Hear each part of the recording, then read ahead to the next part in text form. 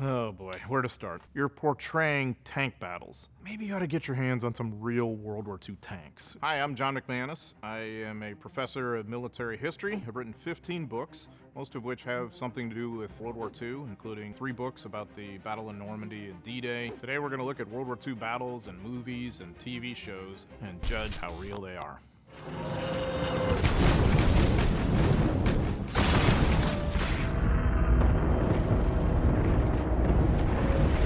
First of all, there's way too much flame. There are battleships, and yes, maybe they might have been part of the softening up of Hacksaw Ridge, but the way that's portrayed here, I think is not quite authentic in the sense of these infantry soldiers all standing around out in the open watching the bombardment.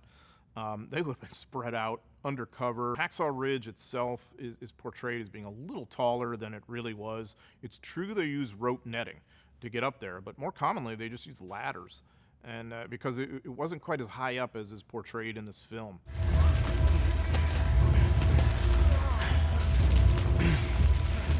One thing that's very realistic is the way they're portrayed going up on the rope. They're grabbing their hands vertically rather than horizontally, as you might in order to stabilize yourself. You would never do the latter because the guy near you might step on your hand. So you would always grasp the rope ladder to the sides like that, and that's really well done. So the problem with Hacksaw Ridge is there wasn't any other way to get around it like from behind. Because Hacksaw is just one of a network of these kinds of places right in the core of Okinawa that the Americans are trying to take and overwhelm. So you really kind of had to get up there in a frontal way as they convey. Get out of the way! There certainly was hand-to-hand fighting. A lot of it happens at Hacksaw Ridge. Many Japanese who are sort of outflanked or find themselves among the Americans would have done exactly that. There's many instances in the Pacific War when you have Americans watching their buddies rolling around on the ground with the Japanese and saying, get out of the way so I can shoot this guy. I'll send in a weapons team to flank them!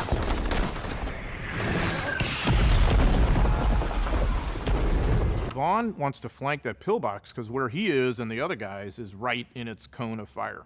So what I've always thought he meant by a weapons team is the bazooka team that you see come into play in order to be their best weapon against that pillbox. But in any kind of small unit engagement, you want to flank your enemy because that's where he's going to be vulnerable. One of the things the Americans found out among the many unpleasant surprises at Hacksaw Ridge were just how many of these kind of pillbox style fortifications there were.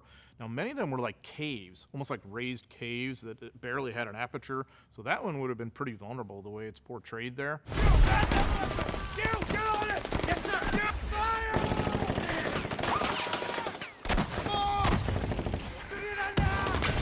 I don't know why you'd throw that against a pillbox. You really want to explode, fragmentation grenade there. One thing that's dead on, you'll notice Vince Vaughn, the sergeant, when he sees one of his machine gunners go down, he immediately wants somebody back up on that machine gun because that's really your supporting firepower. You've got to keep that thing in action. And the way they portray the American .30 caliber machine gun and the way it was used with 2 guys, exactly the way you would have used it. I would rate it about an 8. Mixed emotions about this scene. I love the intensity of it. Bombs away. What he's looking through there is called the Norden bomb site, and it was said to be like the most cutting-edge bomb site technology in the world at that point. It was this apparently super secret piece of technology that the Americans had and no one else. Well, as it turned out, the Germans knew all about it, but the Norden bomb site was still pretty cutting edge, so any bombardier, like you see in the clip, would have been hunched over that Norden bomb site trying to line up exactly, when he was supposed to drop the bombs. The bombardier in a typical B-17 during the actual bomb run did control the aircraft. You now have open bomb bay doors with armed bombs in your bomb bay, and the bombardier at any second, flak can come up, perhaps get in your bomb bay if they're lucky at the shot, and you're just gone.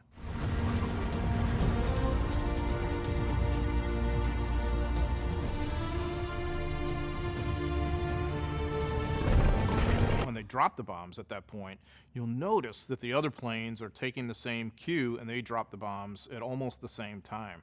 And I really like this clip because Yeah, it really tracks with a lot of the photographic evidence that you see at the time of sticks of bombs going all the way down to the target and then exploding, almost like bubbling up as you see on the ground there.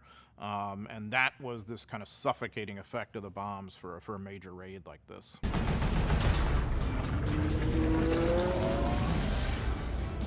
They hold their fire, and that was sort of the sort of unspoken etiquette of the air war, which wasn't always adhered to, was that once a guy hit the silk, once he's out there in a parachute, you did not shoot at him when he's vulnerable. This was seen as really almost a war crime, but believe me, plenty of times it happened either by intention or not. In this case, it's portrayed that they're deliberately not shooting at him. After the war, it is established in the Geneva Convention, according to the rules and laws of warfare, you were not allowed to shoot at someone who had, bailed out from a dying aircraft and was in this parachute. So overall, I think it's amazing. I would give it a 9 out of 10.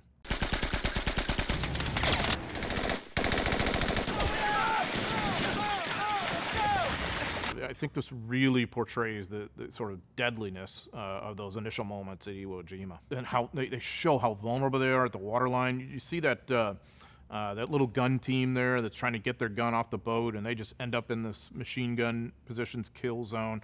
The way the machine guns are camouflaged, the way they are fortified in there, I think is dead on.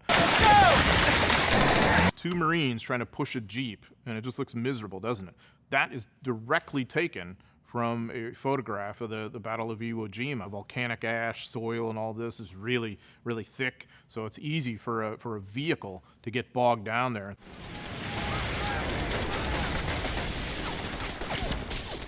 The volcanic ash soil of Iwo Jima. I don't know how they did this so well, but they did. Could imagine trying to dig into that. The soil, the soil was so ashy that it was hard to keep it stable enough in order to have a foxhole the way it would with you if you're digging into clay or mud or whatever it would be, or dirt. It would just sort of backfill in, and you'd just be in this indentation there.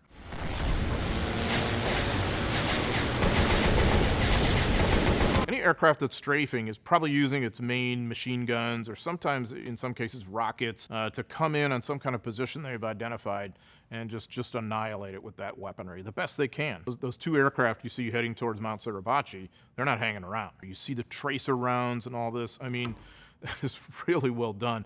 The smoke that obscures it for a while, I just think that's extremely well done.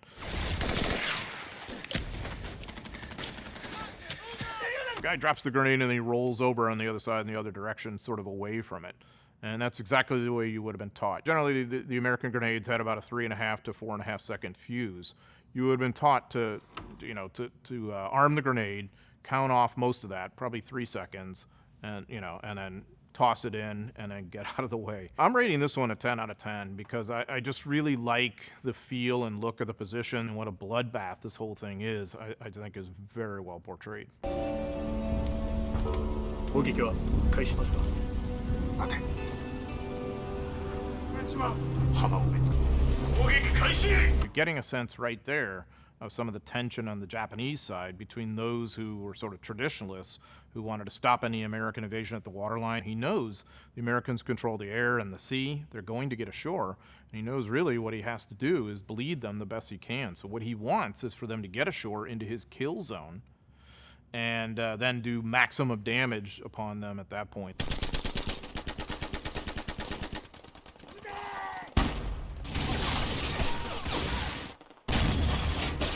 The Japanese at this point in the war are just laying hands on any kind of guns they possibly can. There isn't too much rhyme or reason to it. It's whatever artillery pieces and small caliber guns they can bring into play. So you'll notice the heavier pieces tend to be a little bit more ensconced, like in the tunnels or some sort of dugout or bunker type position. The smaller pieces are more likely to be out in the open because it's been harder to build positions for them, but it also might make it easier to move them around, especially to shoot at tanks or landing craft or whatever else it be. You'd probably get more accurate fire. Reverse slope defense was very, very common at Iwo Jima and elsewhere at this point in the war. There's a tendency for the Americans here and elsewhere to think that once they get to some sort of peak or ridge line or whatever that they've captured the position. But what was very common is that the Japanese are really, with their tunnels and whatever else, very, very entrenched on the reverse slope. So you would be taking just as much fire.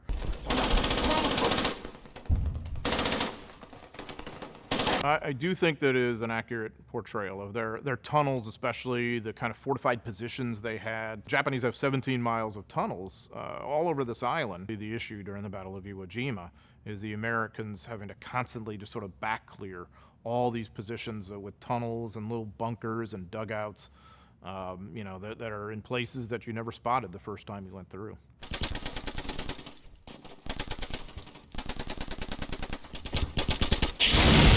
You see the Japanese Nambu machine guns, and they're exactly firing into the right pace. Snapping off a few rounds, and then you'll see like a 1 or 2 second pause, and then snapping off more rounds, especially as you see targets.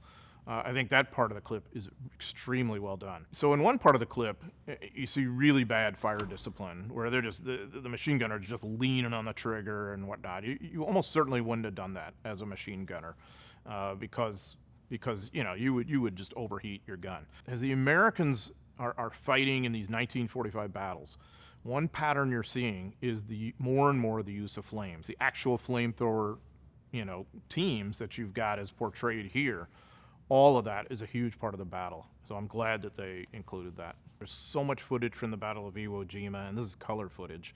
That shows exactly that kind of scenario. I'm giving it a 9 out of 10. What makes Flags of Our Fathers and Letters of Iwo Jima kind of special is I don't know any other circumstance with a movie that sort of portrays both sides in 2 different films. That has this sort of companion piece that you can watch both of them and you can really get a good sense of what that battle was from both points of view.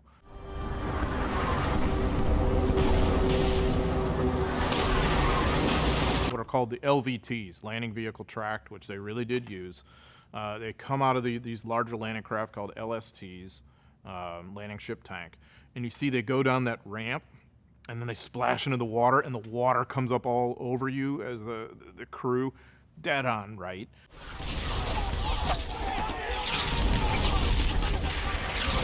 So what happens at Peleliu, there's a colonel there on the Japanese side named Nakagawa, who is the main commander.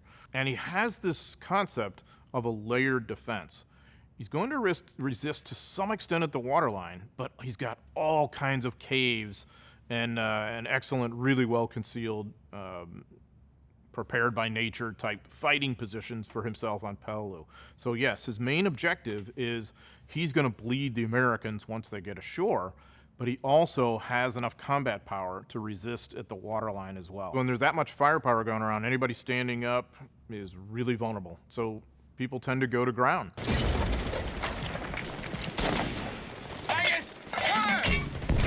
So that's a 60 millimeter mortar, and you can see like the mortar sight, how important that is, how they would have carried that in a special box and then set it up. And then you could see the shells as they put down the tube there. The mortar explosions. Not a lot of flames, nothing like that. It's exactly the kind of thing you would have had. Those grenade launchers were used a lot, especially in this kind of circumstance, where you've got this sort of observable target that you can't always get straight line fire on it. You got an M1 Garand rifle. You would take the clip out of the live ammo clip. You'd put a special dummy bullet in there. You would fix the sort of grenade at the end of your rifle that then would provide the charge for this grenade. Of course, you better remember to take the live rounds out of there, because if you don't, you're going to have a heck of an explosion right in front of you. I would rate these a 9 out of 10. I mean, it's really pretty amazing filmmaking. Bombs away!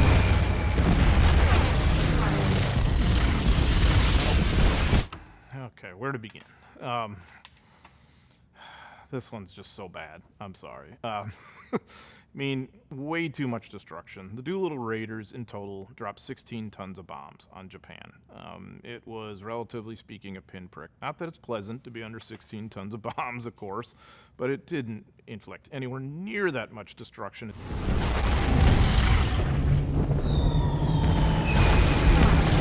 B-25 was supposed to drop anywhere from, 7 to 8,000 plus whatever feet, and it looks like they're right down on the deck when they're dropping their bombs here. So in this raid, by the way, I don't think they're quite that low.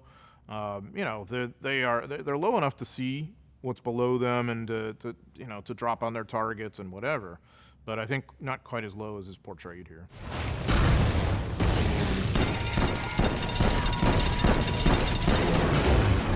That's the kind of artillery or anti-aircraft artillery they would have had there. And they're manipulating it more or less the right way.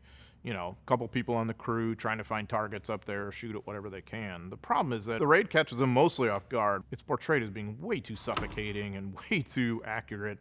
The Japanese would have wished that their anti-aircraft fire was so effective against the Doolittle raid. Oh God, engine wants to. They seem to portray at the end of the clip that one of the planes gets shot down over Japan, which is just 100% inaccurate. All of them got across the water, most of them to China, one to the Soviet Union. Many of them, of course, were captured, of course, later by the Japanese. That's a different matter. What bothers me about it is that these are not hard things to find out. The Doolittle raid is really famous. Most of the veterans lived and told their accounts, and there's great books about it. It wouldn't have been hard for the filmmaker to really explore it and try and tell it a little bit more accurately. Unfortunately, that's not what happened here, and it kind of makes for neat action, I guess, but in terms of, is it history? Well, not so much. I'm giving this one a 4.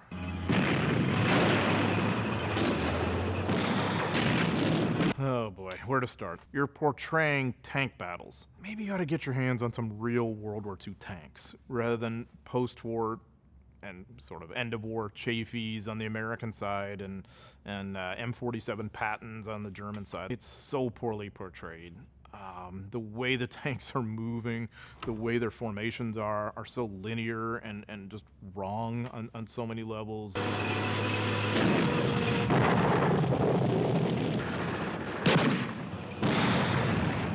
Lieutenant, keep those grenades coming. So they try to portray some of the terrain challenges here. The cold, the wet, the trees and forests and some of the mud. But even that doesn't quite look right. When you know the Ardennes Forest, where a lot of the Battle of Bulge was fought, trees are spaced out a little too far rather than being in fir forests, which would be quite limiting to vehicles. The infantry is really quite vulnerable in these sort of ditches that they're in. But a tank ramming, it's pretty rare, and for the Germans, it really makes no sense because you don't want to be close to the Americans. You want to use your gunnery advantage, and you want to nail them at distance because you've got heavier guns, more armor.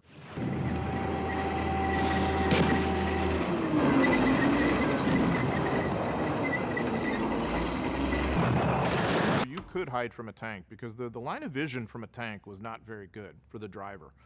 It's basically like a vision block that you've got in front of you, so you didn't have too much peripheral vision. So anything you had rolled past, you probably weren't going to see. And that's why it was really important to have a lot of infantry support on the ground who could act as your sort of eyes and ears. Why aren't there any German infantry with the tanks? I mean, there's that too.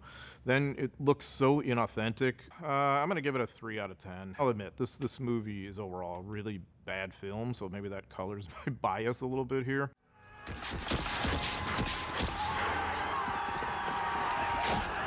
So the Battle of Mount Austin is the sort of climax of of Guadalcanal, when the 25th Infantry Division is assigned to take a lot of the high ground that looks over the airfield. That's the key objective of the whole campaign.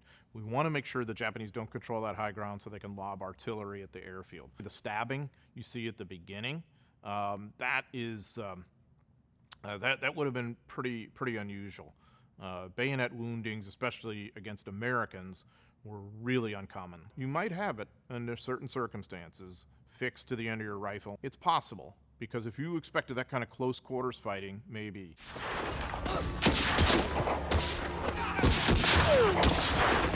The Japanese are more vulnerable here than they are elsewhere because they're not in fixed fortifications anymore, because they've lost most of the key ridgelines and hills that comprise Mount Austin. So you're getting sort of the back end in sort of the Japanese rear areas here is what you're looking at in this particular clip, because it's basically like a military camp.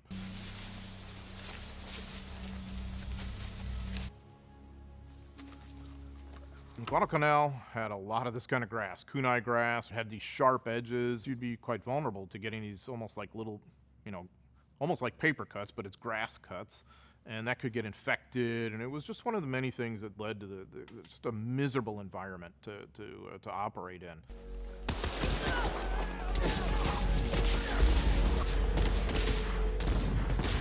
You've got something quite accurate in that you've got a fire support element with those guys firing their rifles at the sort of ridges in the distance, and then the other group led by that lieutenant's trying to maneuver forward. So that's fire and maneuver exactly as you would have had. What I think is a little questionable is that lieutenant has sent a couple of first scouts out, which exactly you would have done, but he's lost both of them, but he still decides to just go forward with this complete frontal attack.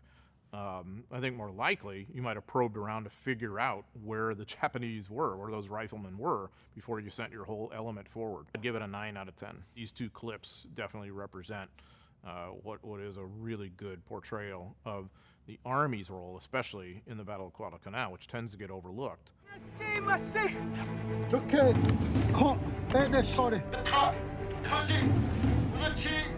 Adam Beach is playing a Navajo code talker. They're using like specific words from their language to represent military concepts or words, and that would have been relayed via the radio like you see there. They might have called in some fire that way. That was one of the many, many valuable aspects of the code talkers. They're portrayed here as being, sort of like forward observers in some respects. That wasn't always the role these guys were playing. A lot of times it was just mundane communications back and forth among headquarters in order to confuse the Japanese.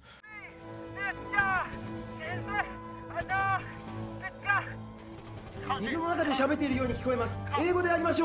like that part of the clip where you have the Japanese interception experts really confounded by this. By this point in the war, Saipan, 1944, they were likely to have known, if they were savvy, that there were Native Americans in this kind of role, speaking in their own languages that were not English. It didn't mean he could understand what they're saying. Target reference. Dog.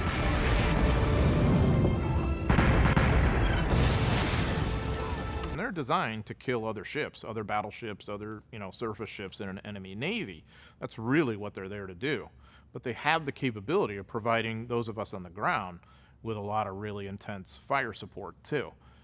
In this case, Nicolas Cage and the other Marines are portrayed as being way too far forward. It's called danger close, is that area in between. In other words, if you're too close to where the shells are supposed to be coming down, you're probably going to take some friendly fire casualties. I'll give it a 7 out of 10. I like that the clip shows the incredible contributions and what a force multiplier that the code talkers were. I think it's a hard thing to convey in film, and I think they've done reasonably well with it. This is like saying the Beatles are your favorite band, I guess. But my favorite World War II movie is Saving Private Ryan.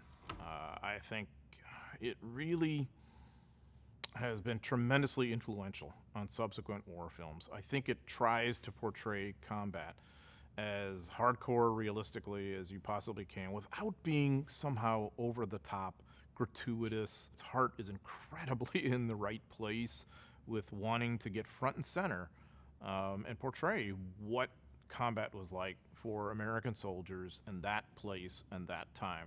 And I think there's no other movie that can line up as well, arguably, in what its objective probably was than Saving Private Ryan. Thanks for watching. If you enjoyed this, why not click on the next video for more World War II movie breakdowns.